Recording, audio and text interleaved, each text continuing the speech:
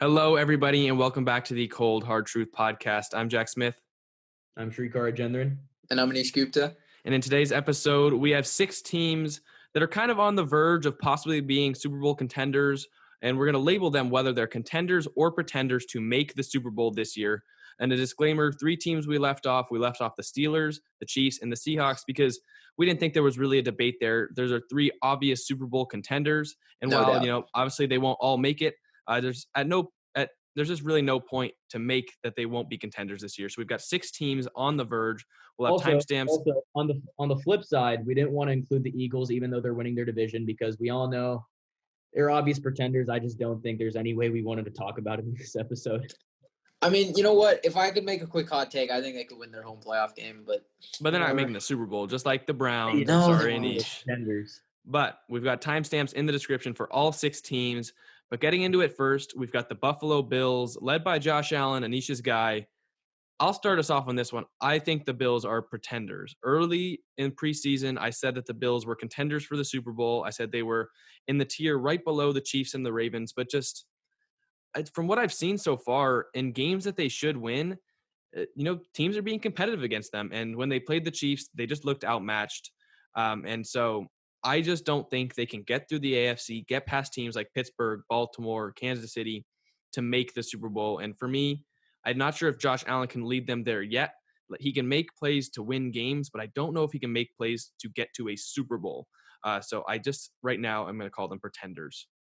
Mm-hmm. Buffalo was demolished by the Titans, then suffered a second straight loss to the Chiefs. And then, at that point, I was kind of saying to myself, they didn't look like, the whole powerhouse that they had through the first 4 weeks. They turned things around. You narrowly defeat the Jets. You scrape out a victory against the Pats, but the Bills don't look the same anymore because as I referred to earlier, when the Bills were that powerhouse, a big reason as to why was because of Josh Allen's play. His lowest passing yard total through those first 4 weeks was 288, and that came against the Raiders. And since then, I think he's had 2 games with less than 200 yards passing. It just looks like rookie Josh Allen. And the Bills are at their best when Allen is playing good football. He hasn't been bad. I'm not trying to knock him or anything, but look, he was playing at an MVP level early on. And, ever since that kind of MVP play is diminished, the chances of the Bills making it to the Super Bowl, it just decreases with Josh Allen. So I got him labeled as pretenders. So it's a tough one because – and you know what? I'll stick with it. I'll say they're still contenders. And here's why. I think, look, a win is a win. And as much as, I've so many football fans do this. I don't understand why. They always think, but competition, this or that. Yes, it's all you can consider it. But at the end of the day, do you get the job done? Simple as that. I mean, there were countless people who said, Tom Brady had the easiest path to a division title. But how come when it mattered most, he was still able to do it? It shows the greatness of him. And I think, I'm not saying Josh Allen is Tom Brady or anything like that, but we still haven't seen this team, in those big moments. But when they are, they've shown they can be competitive. I mean, they still kept the Chiefs game rather competitive, right? Even last year, they kept the Ravens when they were on that really, long, I think they won 12 in a row, correct? In that 12-game win streak, the closest 2 games were the Niners and the Bills. So they've shown they can compete. Obviously, the Jets one was a bit concerning, not scoring a touchdown on pretty much the worst team in football. But, hey, they got it done. Simple as that. So I think come playoff time, and I always go back to that playoff game against Houston. Yes, they blew a 16-0 lead. They did. But what I saw from Josh Allen in fourth quarter and overtime, it gave me hope that he could carry it over this year, and that's what we saw for the first 4 weeks. Yes. For the, 5-2? So for the next 3, okay, there was a little bit of a regression. Which it's fine. I mean, not every quarterback is built to be consistent. That's why to win an MVP, you have to be consistently great for all 16 games with maybe, a mishap or 2. But I think I still believe in him. You guys know I always do. And I believe in this defense to step it up, which they need to. I believe it's Tremaine Edmonds or Terrell Edmonds, one of the Edmonds brothers. He's got to step up for them. I'm calling him out a little bit here. But, I need them. I need this defense to step up a little bit. And you know what? Let's see how they do in December. I'm going to still say they can make the AFC Championship. And who knows, a couple bounces of the ball, they could be in the Super Bowl. Yeah, I changed my prediction for the Bills, obviously now labeling them as pretenders. I'm going to stick, though, with my Arizona Cardinals prediction from the beginning of the year. I just said I didn't think they were a Super Bowl team or a playoff team. I think that's going to change. They're going to make the playoffs, but I don't think they're good enough to make the Super Bowl this year. Next year, however, the year after that, it's definitely possible. And I think that this team is really, they're on the right trend and they're on the right path. But as of right now, I can't label the Arizona Cardinals as contenders, so I have to label them as pretenders because I just believe with Chandler Jones out for the season, I'm not sure they're going to get enough pass rush. I mean, Budda Baker's looked like a defensive player of the year candidate at times. And, DeAndre Hopkins is picking up right where he left off with Kyler Murray as his quarterback. And so there's pieces there and there's players there. But I just think that for this year, I think that the Cardinals are pretenders. I don't see them making a Super Bowl. Yeah, even though Arizona beat Seattle, what was it, 2 weeks ago?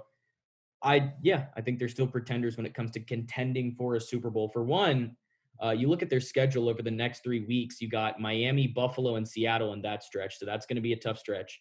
And secondly, I think it's going to be difficult for the Cardinals to win this division over Seattle. And that just makes it harder to get to the Super Bowl right there because you're going to have to win, 3 straight road games in the playoffs.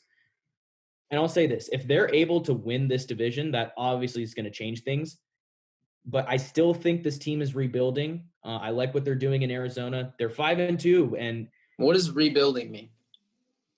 They're still in that process. They're not there yet. They're not in contender status yet. And I said this from the beginning of the season, I'd still give them like a year before I can really say they're done rebuilding.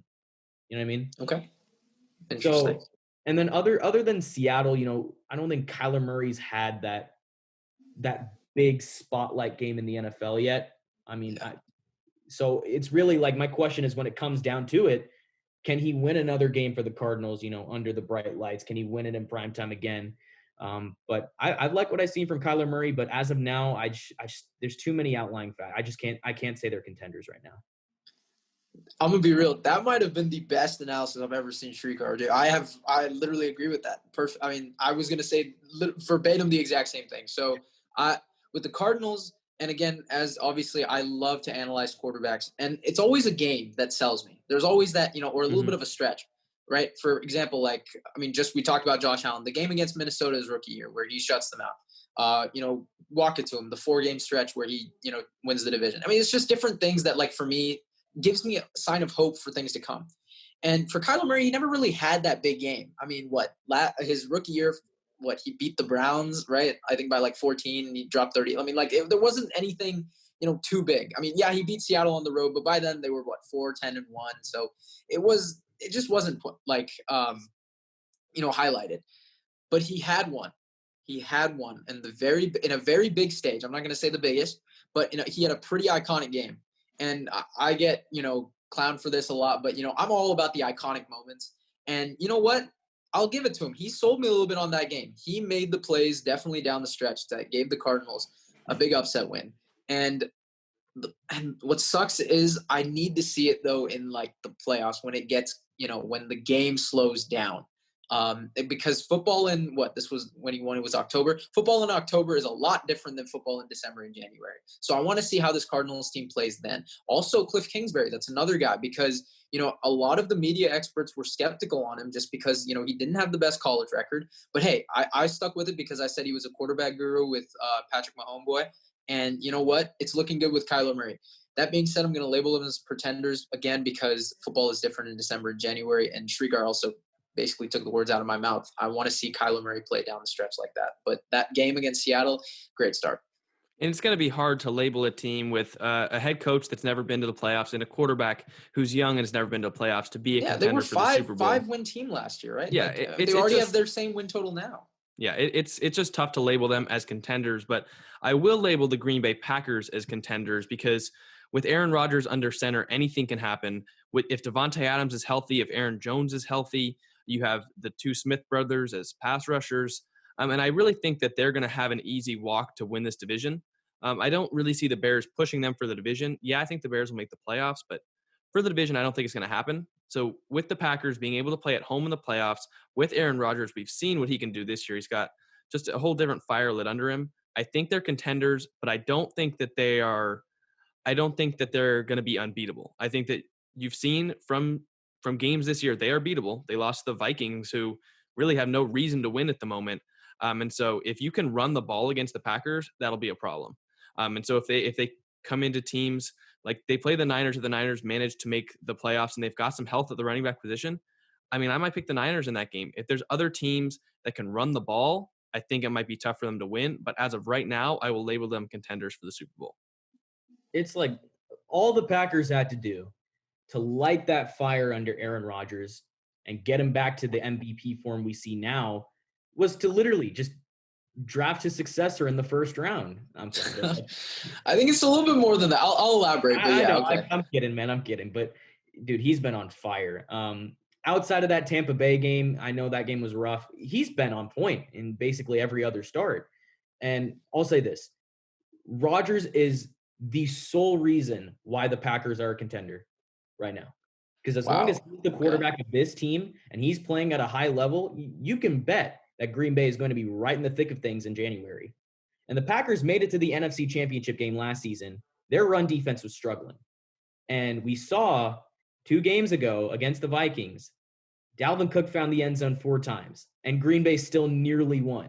So it just says a lot about how good Rodgers is, and really that he's just never out of it. He's that guy for the Packers. And look, I was starting to doubt him out early in the season. I am regretting that big time, or not early in the season, before the season, but I'm regretting that. We all were. People are.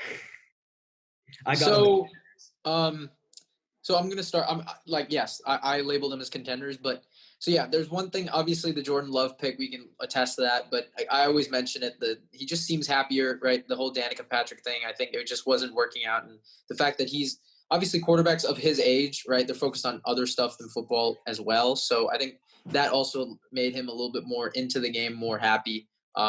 It's an outside thing, but I think we should definitely consider that.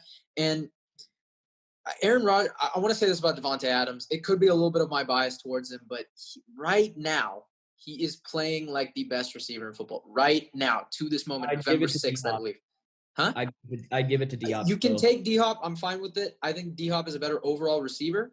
But right now, at this very moment, Devontae Adams is playing like it. He has been terrific. And it's just, for me, he's the best route runner I might have ever seen in real time since Antonio Brown. I don't know if that's an argument, but for me, no question in my mind, he's the best I've seen since AB. And I just wanted to shout him out there. And I think teams know that they're throwing to him. And you know what? The game he got double teamed against Minnesota, he still had 3 touchdowns, right? Yeah, 53 yards, but he still finds the end zone like no other. And that's why I picked him to lead the league in receiving touchdowns. Hopefully he keeps it up. But yeah, I think the Packers, Streetcar's a little bit more than Aaron Rodgers, as much as, it's a quarterback's league, right? Jair Alexander's been playing like a top 3 corner. He's taking a step forward, right? Hopefully he's healthy. Obviously, he had a mishap with San Francisco. But the 2 Smith brothers in pass rush, they're very good. Obviously, need to be more consistent towards the run. Kenny Clark, I haven't heard his name much. That's he might be injured. I think he got injured earlier in the year. I don't know if he still is. I think he did. That's why I was a little bit shocked for why their run defense has been so porous. It's honestly been worse than last year. So that is a concern. Definitely the lines of scrimmage, the Packers do need to win. Offensively, they've been doing it, but against physical teams like Tampa Bay, I mean, who knows with these other teams, like how good they can get towards the end of the year. But yeah, if they meet, I feel like Tampa Bay is probably their match. They were just outmatched in that game. But there's definitely a chance with Aaron Rodgers as your quarterback and Devontae Adams as your receiver. I mean, the dude is spectacular. Yeah, I think that another team I'm going to label as contenders, and this one might be a little less common, is going to be the New Orleans Saints. I think they're contenders, and while they haven't looked the part so far this year, they're getting Michael Thomas back this week. And I said it, I think earlier in the year and a little bit during the preseason, I think that this offense needs Michael Thomas more than it needs Drew Brees, because you see when he's on the field the complete difference that this team is. And I think that if they're going to have him on the field for the rest of the season and throughout the playoffs, they are Super Bowl contenders. I thought that preseason, and then they lost Michael Thomas, and you've seen what happened. They've still been able to win games, but they get him back now. His connection with Drew Brees, the way he's able to carry that offense and diversify that offense, and really with the emergence, again, of Alvin Kamara this year. And, they are getting some pieces on the defensive side of the ball, and Cameron Jordan's looking back to his old self. I really think this team can contend to make the Super Bowl, and I think they can tend to win the Super Bowl like I thought they might have preseason. So the Saints are 5-2. Am I right? I Yeah. think so. Yep. Second in the division. Their biggest game of the season Yeah, this 5-2. week against Tampa Bay. And look, this game on primetime Sunday Night Football, that game could very well decide who wins the division, who gets to host that playoff game. And look, I'm going to label them as pretenders here. And I'll say this, the Saints are winning games, but literally outside of Alvin Kamara, their offense, it's good, but it's not like a contender offense, if you understand what I'm saying. Oh, okay. I don't know how to I phrase it, kind of but get it. and I think their defense is very hit or miss. So you throw in the fact that Breeze, I think we can all say he's declining. The receiving options, I know Thomas is coming back, but outside of Thomas, it's pretty scarce. But Breeze is a completely different quarterback with Thomas on the field. So I think he is. I mean, I'll elaborate. I think it's a tough call because I don't think he's regressed so much as people think. But also, I mean, he has Jared Cook. Jared Cook's not bad. Like, I mean, they've got something. And Alvin Kamara out the backfield, dude, he's a real threat. I mean, Strigar, continue though. Yeah, and it's just I don't see New Orleans making it deep into the playoffs this year. And it's also kind of like they're a different team in the playoffs, you know? It's just like it's hard for me to put my trust in them if they've continuously like failed years and years before. But I mean, that's kind of a biased thing, but like I got to label them pretenders here. I can't elevate them to that contender status. And it'll change. It probably will change as the season goes along, depending on that Sunday night game too, but we'll see. So for the Saints, it's so weird. This is such a weird team. And you know what? I love Drew Brees more than anyone. Like, he's probably my favorite player of all time. But, you know, like on key plays, I just don't see this defense stepping up. I mean, like, you know, when Justin Herbert, right, it was a Monday Night Football game. He needs to get the ball down the field to get in field goal range. He hits Mike Williams. Like, it's just these key plays that they're not able to. They stopped him in overtime, though, on that last play. They did. And, you know, even against Chicago, right, in overtime they did. So you can make an argument for both sides. I'm going to say pretender zone. Hopefully I'm jinxing it because I do want Drew Brees to get that second ring more than anybody.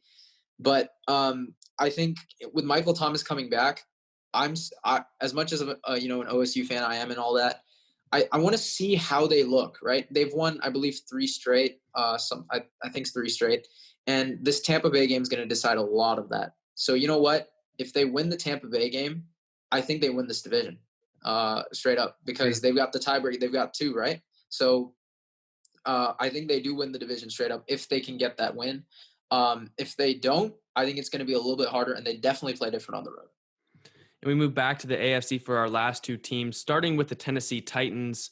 A couple of weeks ago when they were going into their matchup against the Steelers, they looked like obvious contenders, yet they've lost 2 straight, and people are starting to question whether they can make the Super Bowl or not. I'm here to say I think they can. I think Ryan Tannehill is having a great year. Derrick Henry's having a great year.